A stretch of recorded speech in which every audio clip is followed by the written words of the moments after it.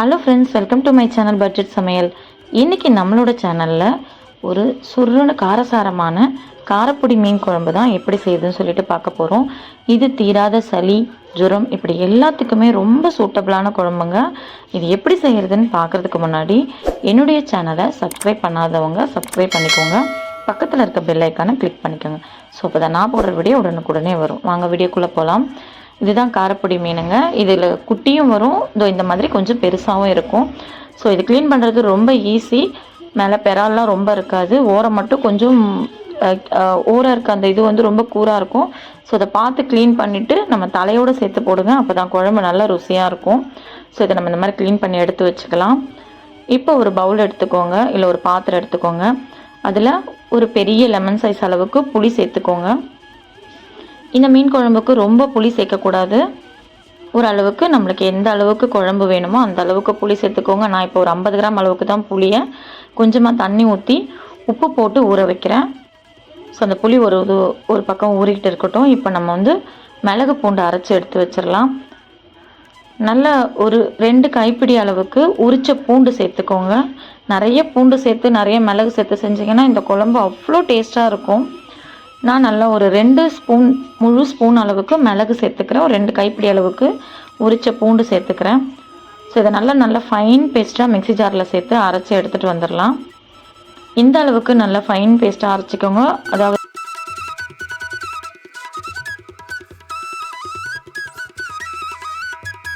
நம்ம புளியை ஊற வச்ச புளியை நல்ல புளி கரைசல் சேர்த்து கரைச்சி எடுத்துக்கலாம்.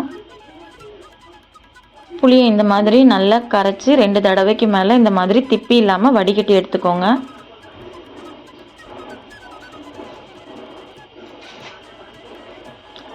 இப்போ இந்த புளி கரைசல்லையே நம்ம நல்ல பழுத்த தக்காளி ஒரு 2 தக்காளியை நம்ம கையாலேயே நல்லா மேஷ் பண்ணி விட்டுக்கலாம். நம்ம கையால் நல்லா மேஷ் பண்ணி செய்யும் போது அதில் இருக்க டேஸ்ட்டே தனி தான். நம்ம கைப்பக்குவம் தான் நம்ம குழம்புங்களுக்கு நல்ல டேஸ்ட்டு கொடுக்கும்.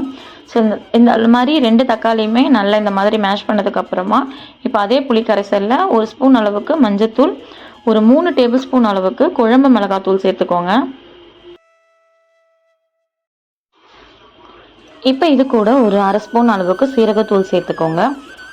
கொஞ்சமாக கருவேப்பிலை, கொத்தமல்லி தழை சேர்த்துட்டு நல்லா கையாலேயே இந்த மாதிரி புளி கரைசலை கலக்கி விடுங்க.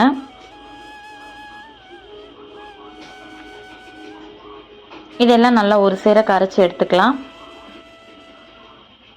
நம்ம ஆல்ரெடி புளி கரைசலில் உப்பு போட்டிருக்கோம். ஸோ அதனால் இப்போ உப்பு சேர்க்க வேண்டாம். இப்போ அடுப்பு ஆன் பண்ணிவிட்டு ஒரு மண்சட்டி பாத்திரம் வச்சுக்கோங்க.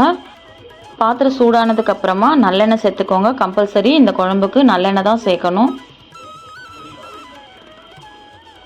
நல்லெண்ணெய் நல்லா கொஞ்சம் தாராளமாக சேர்த்துக்கோங்க. சூடானதுக்கப்புறமா 1 ஸ்பூன் அளவுக்கு கடுகு, 1 ஸ்பூன் சோம்பு, ஒரு அரை ஸ்பூன் அளவுக்கு வெந்தயம் சேர்த்து இதெல்லாம் நல்லா பொரிஞ்சு வந்ததுக்கப்புறமா கொஞ்சமாக கருவேப்பிலை சேர்த்துக்கோங்க. இந்த காரப்பொடி மீன் குழம்பு ஜுரம், சளி, உடல் சோர்வு இதுக்கு மட்டும் இல்லைங்க. குழந்தை பெற்ற தாய்மார்களுக்கு பால் நல்லா கிடைக்கணும் அப்படின்னு சொல்லிட்டு இந்த குழம்பு வந்து குழந்தை பிறந்த உடனே வச்சு கொடுப்பாங்க நிறைய வீடுங்களில். இந்த குழம்புக்கு அவ்வளோ மருத்துவ குணம் இருக்குது. ஸோ இப்போ கருவேப்பிலை நல்லா பொரிஞ்சு வந்ததுக்கப்புறமா ஒரு 2 பச்சை மிளகா கீரி சேர்த்துக்கோங்க.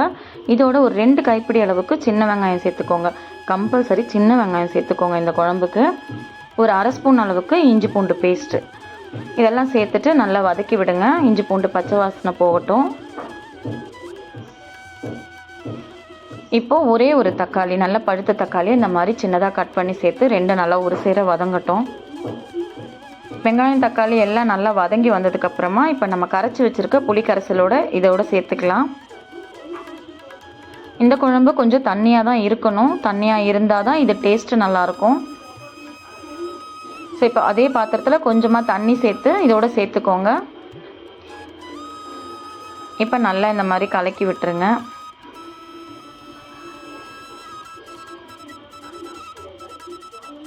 மூடி போட்டு ஒரு 2லேருந்து ஒரு 3 நிமிஷம் வரைக்கும் நல்லா ஹை ஃப்ளேமில் வைங்க. இந்த மாதிரி நல்லா குழம்பு கொதித்து வரட்டும். மிளகா வெடிப்பு வாசனைலாம் போனதுக்கப்புறமா இப்போ நம்ம அரைச்சி வச்சுருக்கோம் இல்லையா மிளகு பூண்டு பேஸ்ட்டு, ஸோ அதை இதோட சேர்க்க போகிறோம். மிளகாத்தூள் நல்லா பச்சை வாசனைலாம் போனதுக்கப்புறம் தாங்க சேர்க்கணும். குழம்பு நல்லா இந்த மாதிரி கொதிச்சிருக்கணும்.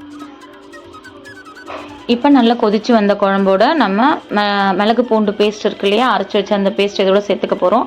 அதே மிக்சி ஜாரில் ஒரு டம்ளர் அளவுக்கு தண்ணி சேர்த்து நல்ல மிக்சி ஜாரில் இருக்க எல்லா பேஸ்ட்டையுமே ஒரு சேர வழித்து விட்டு இந்த குழம்போட சேர்த்துக்கோங்க. சேர்த்துட்டு நல்லா இந்த மாதிரி கிண்டி விடுங்க. இப்போ தேவையான அளவுக்கு கல்லுப்பு கொஞ்சமாக சேர்த்துக்கோங்க. ஆல்ரெடி நம்ம புளி ஊற வைக்கும் போது உப்பு சேர்த்துருந்தோம் இல்லையா, ஸோ அதனால் டேஸ்ட் பண்ணி பார்த்துட்டு அதுக்கு தக்கன கல்லுப்பு சேர்த்துக்கோங்க. உப்பு சேர்த்துட்டு ஒரு 10 நிமிஷம் மூடி போட்டு ஹை ஃப்ளேமில் நல்லா மூடி போட்டு கொதிக்க விடுங்க. இந்த குழம்பு கொதிக்க கொதிக்க அந்த வாசனை வந்து நம்ம வீடே ஃபுல்லாக கமகமன்னு 7 வீடு தள்ளி கூட வாசனை அப்படி இருக்குங்க. காரப்பொடி மீன் குழம்புக்கு மீன் போடாத முன்னாயே அந்த குழம்பு அவ்வளோ வாசனையாக இருக்கும். ஸோ ஒரு 10 நிமிஷம் கழித்து நம்ம ஓப்பன் பண்ணி பார்த்தா இந்த மாதிரி குழம்பு ஓரளவுக்கு சுண்டி எண்ணெய் எல்லாம் அந்த ஓரம் ஃபுல்லாக எண்ணெய் நல்லா பிரிஞ்சு வந்திருக்கணும். எண்ணெய் பிரிஞ்சு வந்ததுக்கப்புறம் தான் நம்ம மீன் போடணும். இப்போ அடுப்பை லோ ஃப்ளேமில் வச்சுருங்க. வச்சுட்டு மீன் போடுங்க. அப்போ தான் மீன் வந்து உடஞ்சி அதில் முள்ளெல்லாம் குழம்பு உள்ளே போகாது. ஸோ இப்போ அடுப்பு லோ ஃப்ளேமில் வச்சுட்டு நம்ம வாஷ் பண்ணி வச்சுருக்க எல்லா காரப்பொடி மீனையும் இந்த மாதிரி பொறுமையாக சேர்த்துக்கலாம். மீனை சேர்த்துட்டு கரண்டியை விட்டு ரொம்ப கிண்டி விடாதீங்க, மீன் வந்து உடஞ்சிரும். ஸோ இது சீக்கிரம் வெந்துடும். இந்த மீன் லைட்டாக இந்த மாதிரி குழம்புல மீன் உள்ளே போகிற அளவுக்கு பண்ணிவிட்டு நம்ம மூடி போட்டு ஒரு 2 நிமிஷம் கரெக்டாக லோ ஃப்ளேம்லேயே வச்சு கொதிக்க விடுங்க.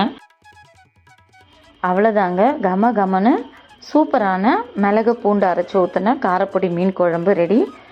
கொஞ்சமாக கொத்தமல்லி இலை தூவி அடுப்பை ஆஃப் பண்ணி இறக்கிட்டிங்கன்னா சூப்பரான குழம்பு ரெடி. இதை சூடான சாதத்தோட நல்லா சுட சுட ஊற்றி நல்லா தளர ஊற்றி சாப்பிடுங்க. ஸோ ரொம்ப நாள் சளி இருக்கிறவங்களுக்கு கூட, தீராத சளி அப்படி இருக்கவங்களுக்கு கூட சீக்கிரம் அந்த சளி சரியாயிடும். 2-3 தடவை இந்த குழம்பு வச்சு கொடுத்தீங்க அப்படின்னா கண்டிப்பாக இந்த மீன் கிடச்சா எங்கேயும் மிஸ் பண்ணாதீங்க. வாங்கி இதே மாதிரி செஞ்சு வீட்டில் இருக்கவங்களுக்கெல்லாம் கொடுங்க. உடம்பு ரொம்ப சோர்வாக இருக்கிறவங்க கூட தெளிவாயிடுவாங்க. இந்த வீடியோ பிடிச்சிருந்தா இந்த வீடியோக்கு ஒரு லைக் போடுங்க. சேனலை மறக்காமல் சப்ஸ்கிரைப் பண்ணிக்கோங்க. இதே மாதிரி செய்து பார்த்துட்டு எப்படி இருக்குன்னு சொல்லிட்டு கமெண்ட் பண்ணுங்கள். தேங்க்யூ.